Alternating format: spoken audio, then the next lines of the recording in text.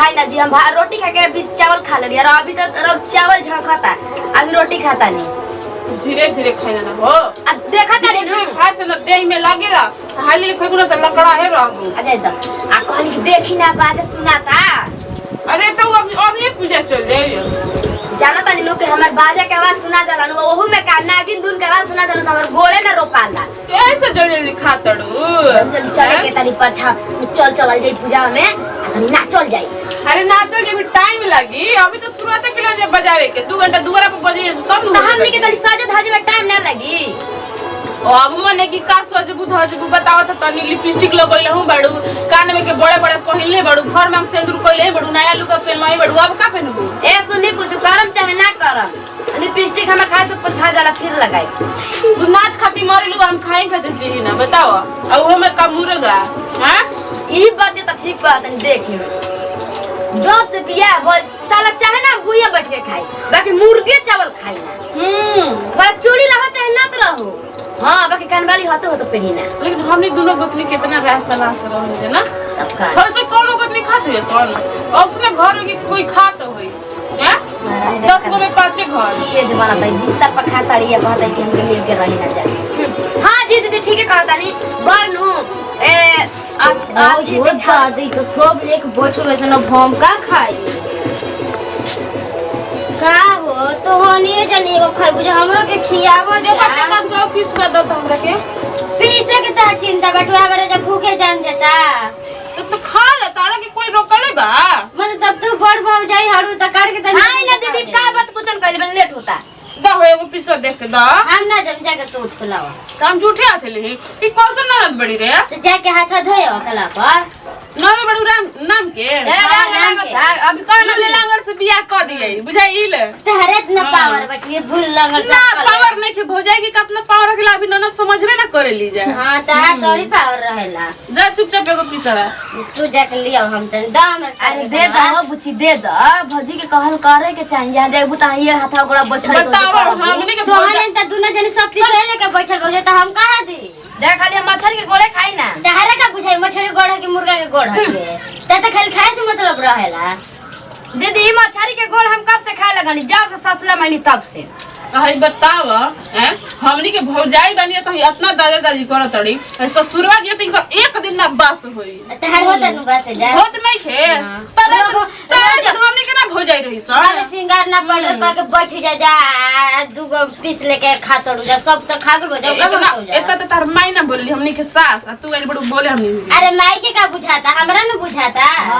ना ए नानी माई के बिना बुझाइले जन्मा के त उ क देली पत्ता दूगो उतार देली ओ त खाली सिंगार पहने से न बैठल रहत तड़ी उ का बुझी ह ना लागत है कि एक दूसरे में टिक करियाते के परिणत हमनी के नाक कटवा दी। अब बाजवा बोल रही देखे कोनो लाइन उन मरलो। हां हमर भैया के नु आज बारात जाता जाए के बाद भैया हवन की सोनिया के हो भैया के जाए के बाद दर्शन खा के जाए हमरा के दुगो दे तनी रुको दिया ना त जइहन कहां बढ़िया बढ़िया पीस देख के दी ह अये दीदी बताई अब बाजी ता तू खाई ह सोनी ना ए मुर्गा में से त पर पीस उठाई लगो जा हम का अब खाई म सब त खा गए कितना ई तो गोतनियों से बढ़ के हमर गोतनी बनल बिया हो हमर सवता न हिया हैं हमरा खातिर। अरे हां ये तो करम जल्दी सब खा गल भाई सन एकै में बटू ए दे रे एगो पीसवा अब नहीं खाए सब त खा गल लोग हई देख का देवतिया माछी के हगल देवतिया हां गले खा लो ना जाके खेता में धइल ले खा का कुरकुराट के ले बिया कहां से आगी लई ए दीदी देखी खात खाली बोलला पर भचर भचर शरीर में ना लगे खाना। हां तू खाना आराम ले तारे से एगो हमनी के लड़ती जते एगो बात रही चलित बनी तो हई 100 गोतनी में एक गोतनी लगा हमनी के दोनों के सवत बनल बाड़ी। अरे जाना त नहीं खी पहले के अगुआन रानी है हरी सब तो नहीं जान खा गलू जा अब हम का खाई हम ना खाने के जीवा ले ले खा दोसर का काहे ने ढेर चर्बी बनी हमरा के काट के खा लो ना ठीक है कौन काट दी दो काट दी खा लो तो हनी जा मन तो करता छिपा ले जाके नलिया में बिक दी गड़हिया में जातर खा के तभी सहूरे नहीं थे वैसे खाई जाला बड़ी सिखा करे जल्दी हमनी को नाचे दे के बाद जोरे कला बिनिया कहीं ये दीदी को करावे से पहले सब लेके खा गुनी हो जा। चल अब कैसे देवती है हिती पीस हमरा के निकाल के देवती है। ए छोटकी वो का बा कहां दीदी भुनिया ला तो बिलाई भगलिया का था ना देखले हां हां वो का रे हो कहां ई क्या करता नी दीदी पूछो ना हम जानता नहीं कि नहीं के सादा तनु तो हमरा के इशारा से बोले तिका में डालता नहीं हैं सोदते नहीं खे हां दीदी हां देखी ना हो कैसे चूहा चढ़ता देखी ना हम खुदी हमार बुद्धि हमरे पट्टा राई करतड़ू जल्दी खाए के पेटवा तो भर गेल लेकिन मुंह भरते नहीं खे पेटवा देखो तो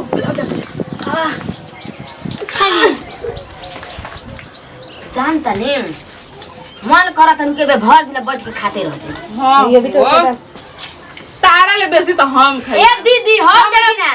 हम गाड़िया पर देखी एक गाड़ी कोहड़ा लाद के जाता ए दीदी कने हो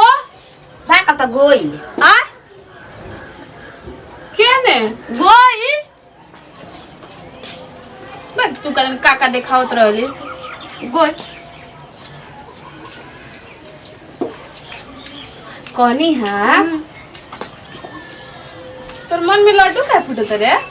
हमार पूरा गांव जाने लगे हम खाही खाती जी ही ना अब तहार का तू जब जितना खा लू ना उतना पर फोन पर बतिया के दोबारा जालू हम तो उसन तार गोतनी बानिन की गांव घर में हाला ना करी हम गोतनी पे तो भांडा खुलता ने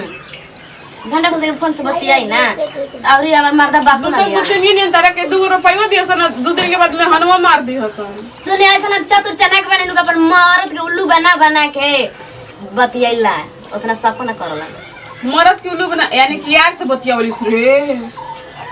आ ये दादा हम कहीं की देवर बबुआ से रात दिन लागो रहलिए रे मतलब कि यार से बतियावलिस रे तराव कैसन बुझाइल ह हम कहीं की देवर बबुआ बाहर बड़न तुकर मन ना लागत हुई तो उहे बतियावेलन अब तो उनकरा घर में आइए गइल बानी बात करब तबे का जी हम देखा तो ना दिल तोड़ के तैयार से आइल बनी नैहर से जावा बताई कि बचपने से प्यार कइले रही बात बतियाला हम हमरा देरी हो जी कानी गोइल तनी आवे थरिया भातवा मंगत ना हैं अरे का सबुरे ना होखला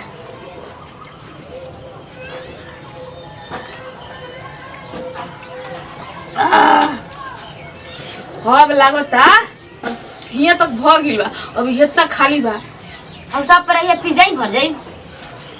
मतलब भाई बड़ू तू चालू हम बूढ़ो बाक परे पियल जाला ना हैं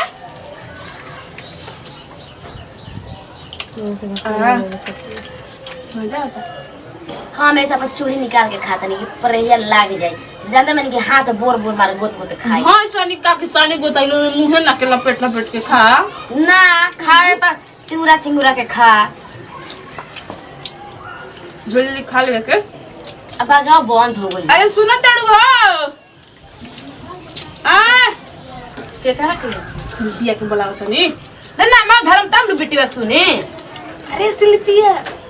ओरे सिल्पिया को ना भी हो सुने सुना पास को भजिए कैसे बोल सब बोल के जमा ए ननद जी शिल्पी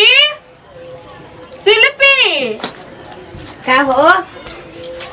ए बुची जी रहुआ खा ले तब हम का खाई बतलाओ तो हमें जान तो सब खा गलू जा आ कोनी हो जना छ खत्म हो का अच्छा हम ना गइल हाय हम मुड़िया के गोड़ा खा के रख देता न तो हरे चाट लिया तार हड्डिया अपन मुंह नहीं को देखा तब अपने बेचारी भन के लिए भनकावतै रे हां जे जाता ने भना के लोतन भनका ना हो बुची जी ना भना कनी